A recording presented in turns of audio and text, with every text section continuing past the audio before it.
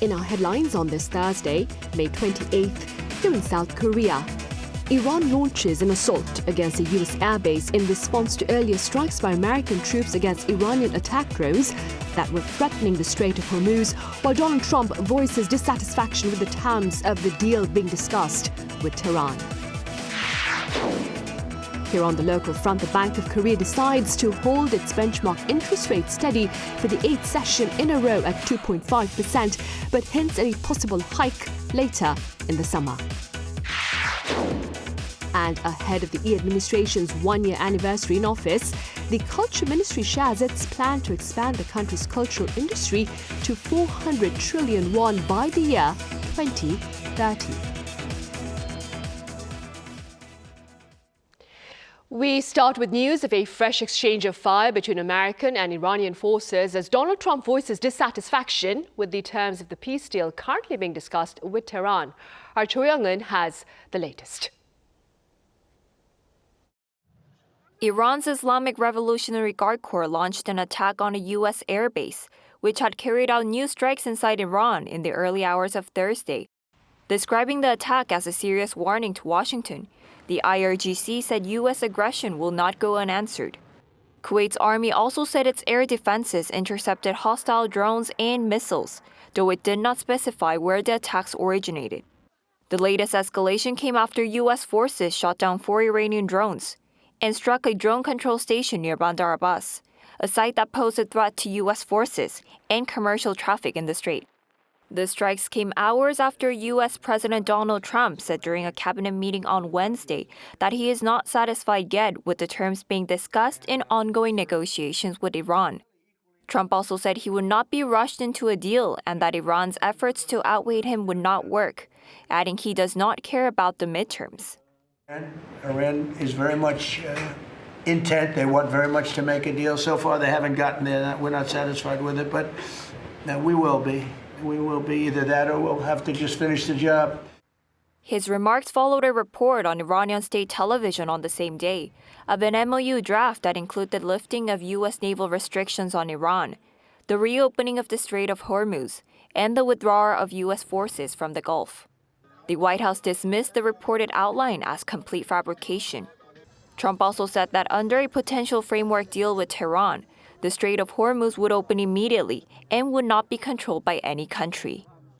Nobody's going to control it. We're going to watch over it. We'll watch over it, but nobody's going to control it. That's part of the negotiation that we have. They would like to control it. Nobody's going to control it. It's international waters. And also at the meeting, U.S. Secretary of State Marco Rubio appeared to address the absence of any mention of Iran's nuclear program in the report on Iranian television, by reiterating that Iran will never be allowed to obtain a nuclear weapon. Cho Young-eun, Arirang News.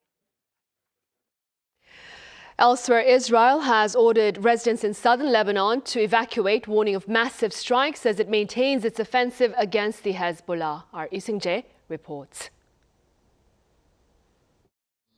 The Israeli military has warned all residents in southern Lebanon to evacuate the area, declaring the entire region a combat zone following days of intensified airstrikes targeting the militant group Hezbollah. It marks the first time Israel has issued such a broad evacuation warning since U.S. President Donald Trump announced a ceasefire in Lebanon in April.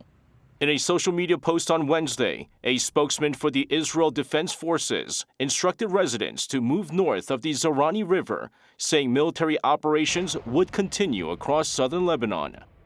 The Israeli military has recently stepped up strikes on cities and villages in southern Lebanon after Hezbollah launched explosive drone attacks targeting Israeli troops and northern Israeli communities.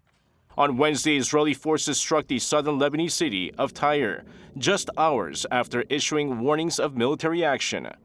Airstrikes also hit the city of Nabateh, several nearby villages, and areas further north in the Bekaa Valley. Lebanese health authorities say more than 3,200 people have been killed since the conflict sharply escalated in March. The death toll includes hundreds of women and children, along with healthcare workers. Iran has insisted that the fighting along Israel's northern border be included in any formal ceasefire agreement, while Israel has pushed to keep the Hezbollah conflict separate from broader negotiations. Lee Seung-jae, Arirang News. And against the backdrop of rampant warfare in different parts of the world, South Korea's top defense official will join his regional counterparts in Singapore this week for this year's security dialogue. Our Yoon Jin has more. South Korean Defense Minister An Gyu-baek will travel to Singapore this week to attend the annual Asia Security Summit, dubbed the Shangri-La Dialogue, from Friday through Sunday. According to the Ministry of National Defense on Thursday, An plans to deliver a speech to the plenary session to introduce Korea's defense policy during the current increasingly volatile security landscape. Joining the summit will be his counterparts from key nations, including the United States, Japan, and other European and Indo-Pacific partners. Vietnam's President To Lam is set to deliver the keynote speech on the first day of the forum on Friday. But the most anticipated event will be the keynote address from U.S. Defense Secretary Pete Hegseth, set to be delivered the following day with high scrutiny expected from Asian allies. It will serve as an important gauge of where U.S.-China relations stand, whether the recent talks between Presidents Donald Trump and Xi Jinping helped stabilize bilateral relations, and further Washington's security commitments to the Asian region as the Iran war enters its fourth month. Meanwhile, according to Bloomberg, Chinese Defense Minister Dong Jun is likely to be absent from the forum for a second consecutive year, reducing hopes for a high-level meeting between Beijing and Washington on the sidelines. China is reportedly highly likely to dispatch a delegation from the People's Liberation Army National Defense University instead, as it did last year. Along with the Iran war and Washington's strained commitment in Asia, rising tensions over Taiwan are likely to top the agenda for this year's meeting. Yoon Jin, Arirang News. Meanwhile, North Korea has reaffirmed its commitment to its nuclear weapons, rejecting renewed calls for denuclearization from the Quad grouping of the US, Japan, Australia, and India. In a statement carried on this Thursday by the regime's Korean Central News Agency, a North Korean Foreign Ministry spokesperson said, quote, "There will absolutely and forever be no denuclearization."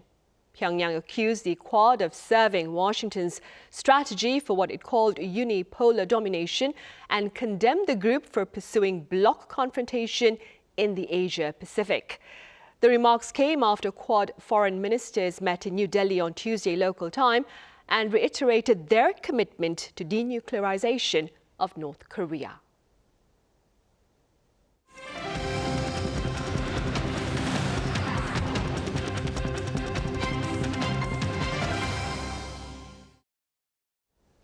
The Bank of Korea has decided to hold its benchmark interest rate steady for the 8th session in a row at 2.5%. Our Kim Jin-won covers this latest decision and the prospects ahead. The Bank of Korea has kept its benchmark interest rate unchanged at 2.5%, but hints strongly at further rate hikes. Thursday's decision came at the first Monetary Policy Board meeting chaired by the newly appointed Governor Shin Hyun-song. The Monetary Policy Board decided to keep rates unchanged at 2.5%. Instead of raising rates right away, we believe more time is needed to assess geopolitical risks, semiconductor growth, and their impact on inflation and growth. Since lowering the benchmark rate to 2.5% in May last year, the central bank has kept rates unchanged for 8 straight meetings. That leaves Korea's benchmark rate frozen for more than a year, while maintaining the rate gap with the U.S. unchanged at 1.25 percentage points at the upper end. Policymakers cited elevated uncertainty at home and abroad, pointing to Middle East-related risks and inflation likely to remain above target due to higher oil prices. They also highlighted exchange rate volatility, housing prices, and household debt as areas requiring close monitoring. The decision was backed by 5 of the 7 board members, while 2, including the senior deputy governor, favored a quarter-point hike to 2.75%. The central bank also revised up this year's growth outlook to 2.6% from 2% in February. The bank credited strong chip exports tied to the AI boom for cushioning downside risks. The Middle East conflict is expected to pose a drag on growth, but stronger semiconductor demand, IT exports, and policy support are expected to help offset some of that weakness. Yet the latest outlook also signaled mounting inflation pressure. Consumer inflation is projected at 2.7%, while core inflation is seen at 2.4%, both higher than the latest forecast. The BOK said higher oil prices are likely to spill over into a wider range of goods. Meanwhile, speaking to reporters, Shin said policymakers remained cautious amid heightened uncertainty, yet at the same time signaled a possible rate hike later this year. He said the key issue now is when, how much, and how far rates will rise. Markets expect rate hikes as early as July or August. With the central bank signaling the need for tighter policy, the upcoming July meeting could be a key turning point. Kim Jun-ong, Arirang News. In precisely 1 week, the Lee Jae-myung administration marks its one-year anniversary at the top office. And ahead of this occasion, the Culture Ministry has shared an ambitious goal with regard to the country's cultural industry. Our culture correspondent Park Gun-woo reports. What started with K-content is now being seen as something far bigger, from tourism, beauty products, and even fashion. The Culture Ministry now says South Korea's cultural industry could grow to 400 trillion won, or around $265 billion by 2030. Culture Minister Choi Young unveiled the new target Thursday during a press conference marking the first anniversary of the current administration. The previous goal had been 300 trillion won, but the ministry says the industry's economic footprint had long been underestimated. Many foreign visitors first encounter Korea through K-culture and later visit and spend money here. That spending should naturally be considered part of the industry's added value. The same goes for exports like K-food, K-beauty, and K-fashion. Under the broader definition, the ministry revised the industry's trade estimate sharply upward from $35 billion to $110 billion. The adjusted figure for 2025 alone now stands at more than $71 billion, placing the sector among Korea's top 3 export industries, alongside semiconductors and automobiles. K-pop remained a standout sector, posting an on-year export increase of around 32% in 2025. And the government is now preparing an even bigger global push. One major project in the works is Phenomenon, Fan Plus Phenomenon, a large-scale collaborative concert series featuring artists from Korea's 4 major entertainment agencies. The first event is scheduled for December 2027.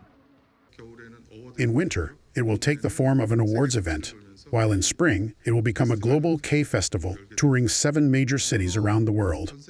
But depending on the impact and effectiveness, some events could also be held in Korean cities, such as Seoul, Busan, Gwangju, or Jeju. The minister also pledged to bring in 30 million foreign tourists ahead of schedule by making things more convenient.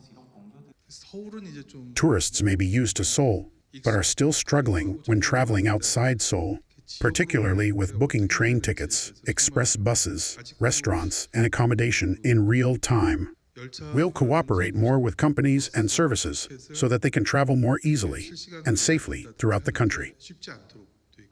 Choi also warned against price gouging in Busan ahead of BTS concerts set for June, saying authorities will respond strictly through legal and institutional measures. With a series of new cultural and tourism initiatives now on the table, the ministry says its second year in office will focus less on planning and more on execution. Park Gun-woo, Arirang News. And the Culture Ministry is also launching a new global touring project to expand the global reach of Korean arts and culture. The 2026 Touring K-Arts Initiative will support 46 performances, exhibitions and cultural programs across 45 cities in 30 countries through overseas Korean cultural centers. The initiative also offers young Korean artists the opportunity to advance onto the global stage. Major programs include the Namwon National Kugak Center's traditional opera Chunyang in Japan, contemporary dance performances in Mexico and Brazil, and Korean media art exhibitions in Austria.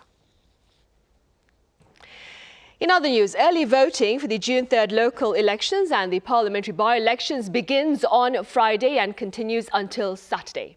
Voters can cast their ballots at any early polling station across the country from 6 a.m. to 6 p.m., provided they have a valid photo ID showing their date of birth.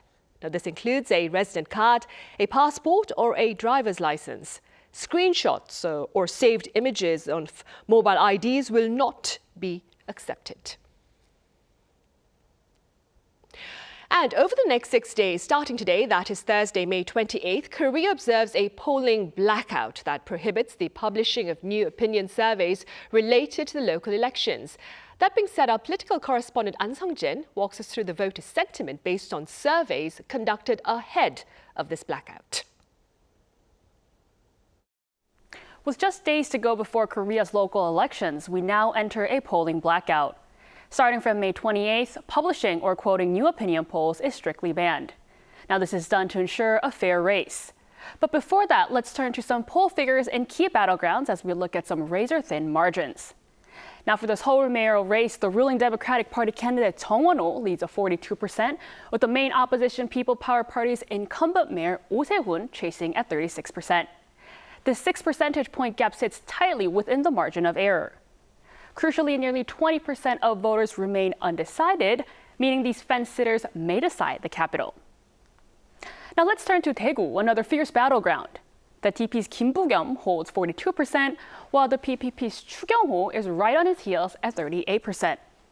Again, an 18% undecided bloc keeps this race entirely up for grabs.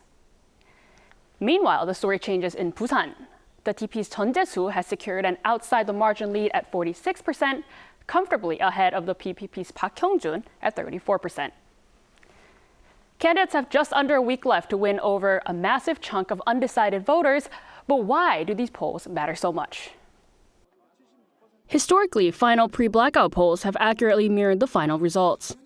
Take the 2022 Seoul mayoral race, where the PPP's Oh Se-hoon cruised to a 20 percentage point victory, which almost exactly matched the final polls.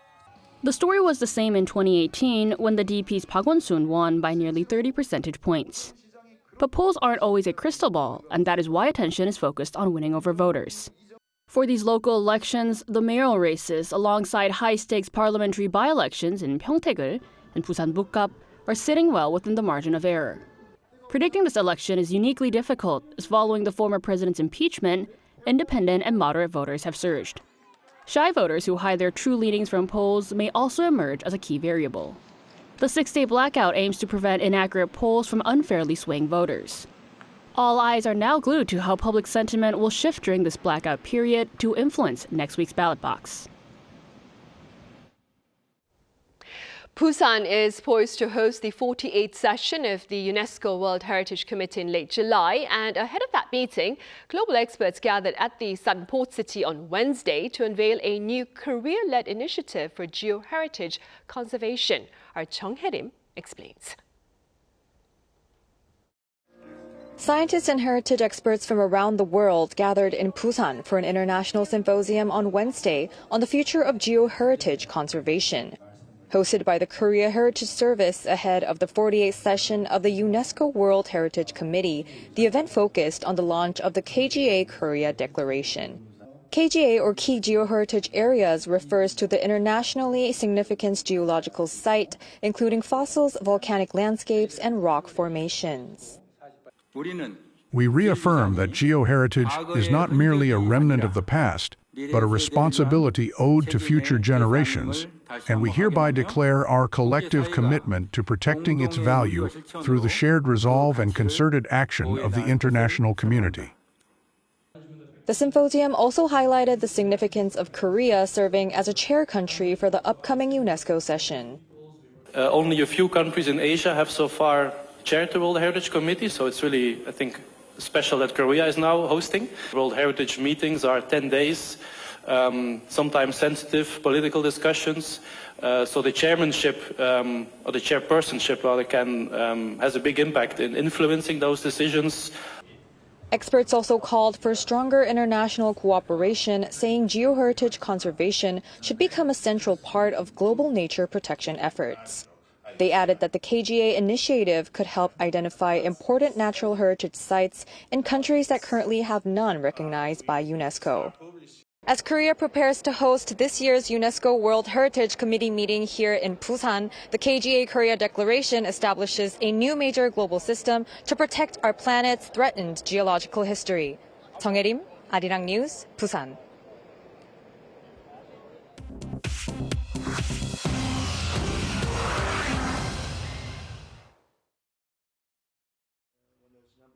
This is The World Now, bringing you everything you need to know from around the globe. As the Ebola outbreak in the Democratic Republic of Congo passes 220 suspected deaths and 900 cases, the United States said on Wednesday that it will not allow any Ebola cases to enter the country. Secretary of State Marco Rubio told Trump's cabinet meeting the administration's goal was to contain Ebola to the outbreak region, adding, quote, "We cannot and will not allow any cases of Ebola to enter the United States." The U.S. is in talks with Kenya over opening a quarantine facility there for exposed American citizens. Public health experts question the approach, saying patients would be better treated at specialized infectious disease centers in the U.S. or Germany. The U.S. has also imposed 30-day entry restrictions on travelers from Congo, Uganda, and South Sudan and is screening Americans at 3 airports. NVIDIA will spend around $150 billion a year in Taiwan. The tech giant's CEO, Jensen Huang, announced the investment on Wednesday, calling the island the epicenter of the global artificial intelligence revolution and saying that Taiwan will remain the world's technology manufacturing hub for a long time. Huang made the announcement in Taipei at a celebration for the chipmaker's planned Taiwan headquarters, which will break ground this year and be operational by 2030 with 4,000 employees. The facility deepens NVIDIA's ties with TSMC, the world's largest contract chipmaker that produces the advanced semiconductors powering AI. NVIDIA became the first company to reach $5 trillion in market value late last year, and Huang said it will be worth even more in 3 to 5 years. In the U.S., New York and New Jersey have launched a formal investigation into FIFA's World Cup ticketing practices. The attorneys general issued a subpoena on Wednesday demanding details on how tickets were priced and allocated. The 2 states are focusing on 8 matches in New Jersey, including the World Cup final, after fans reported receiving seats in lower categories than they paid for. The investigation also covers what critics have called extortionary high ticket prices.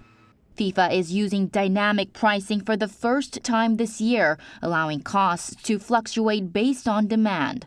The tournament begins June 11th across the United States, Canada, and Mexico. Chu Ji-hyun, Arirang News.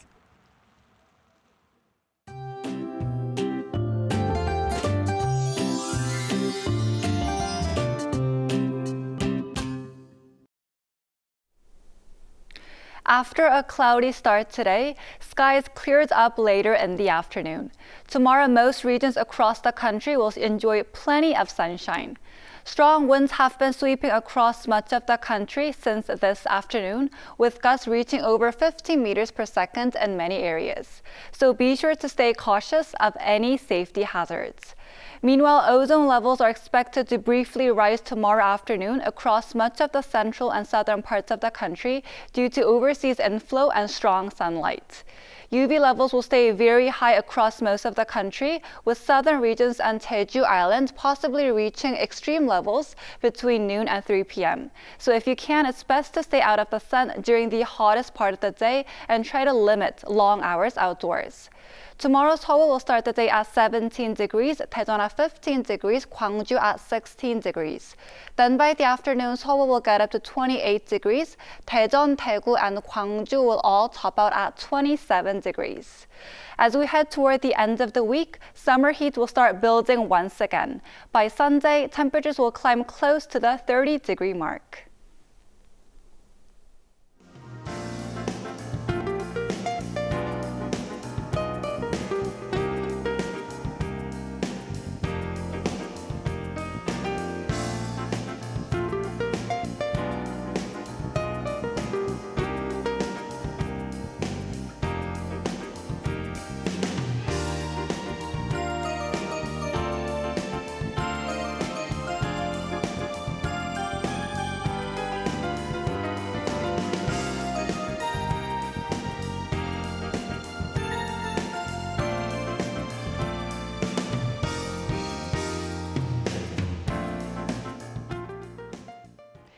Those are the headlines at this hour here in South Korea. Coming up next is our daily panel session, so do stay with us.